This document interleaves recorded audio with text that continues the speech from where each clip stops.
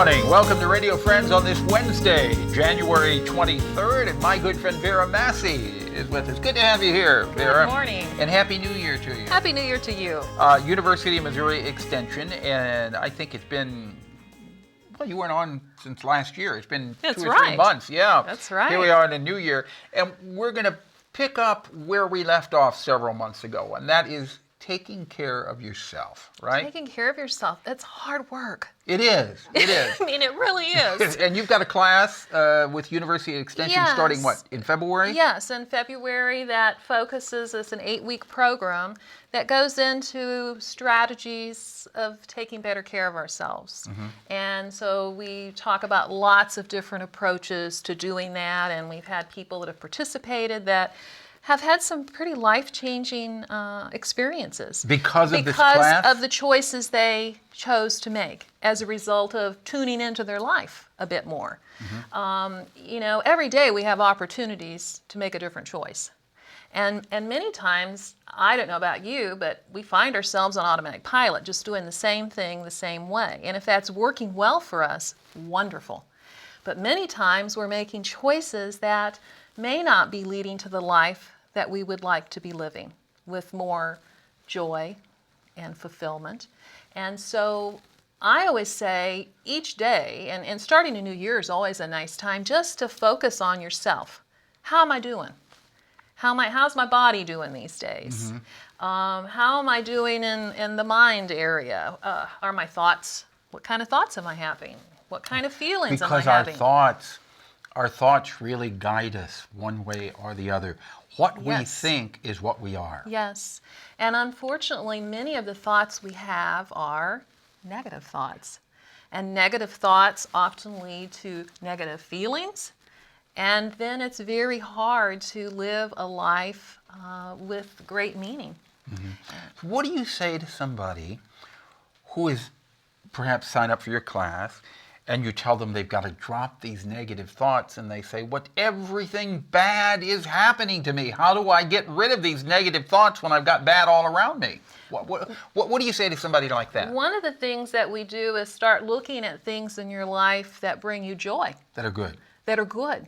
That would generate positive thoughts, which can lead to positive emotions. And no matter how many bad things you have going on in your life, if you stop to think about it and you make a list. I did this years ago. Years ago.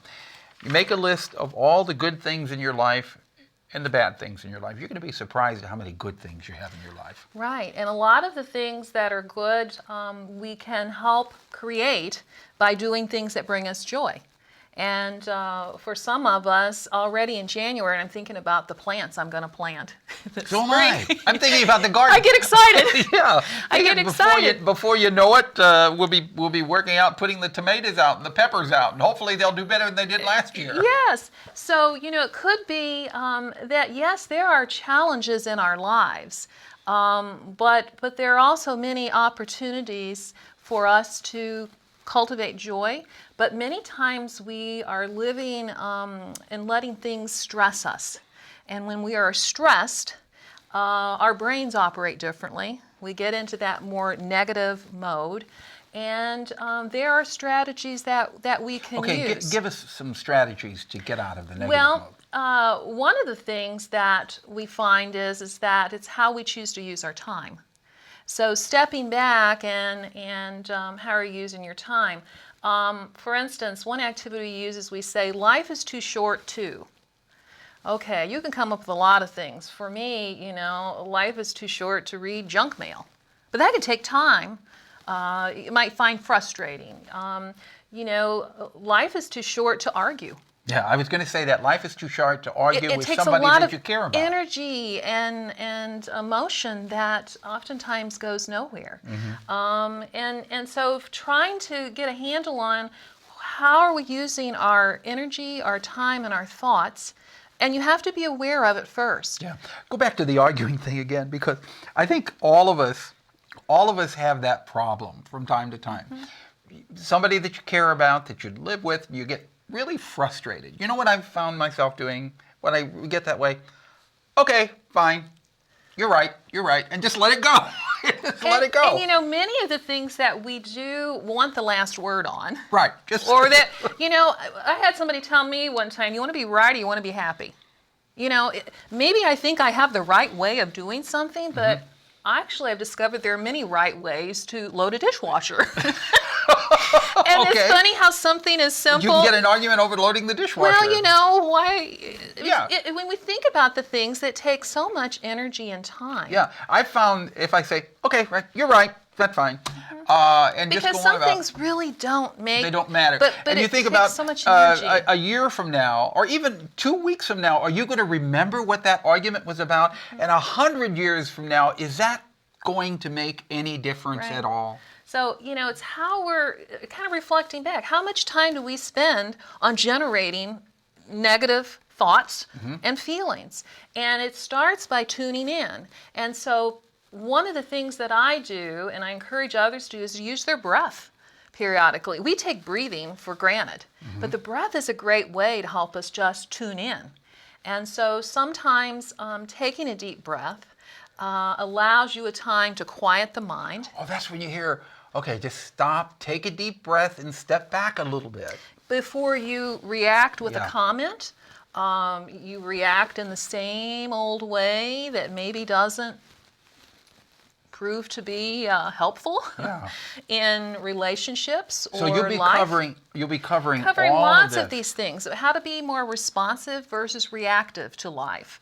How to simplify our lives. Take a look and see what are you doing and spending time on that may not be of value or meaning to you, but we do a whole lot of things. Yeah, we do. It could be, you know, just understanding and tuning into the thoughts you typically have. Or uncluttering our life. Uncluttering our lives, uncluttering our minds. And so we offer many different strategies because if you just focus on one approach, that doesn't work for everybody. Right. So, So this provides many opportunities. If to people learn. want to sign up for this class, it's an 8-week class? It's an 8-week program. It's offered on Tuesdays from 5:30 to 6:30, and they can call our University of Missouri Extension Center What's at the number? 445-9792. Okay, and there are operators standing by right Yes.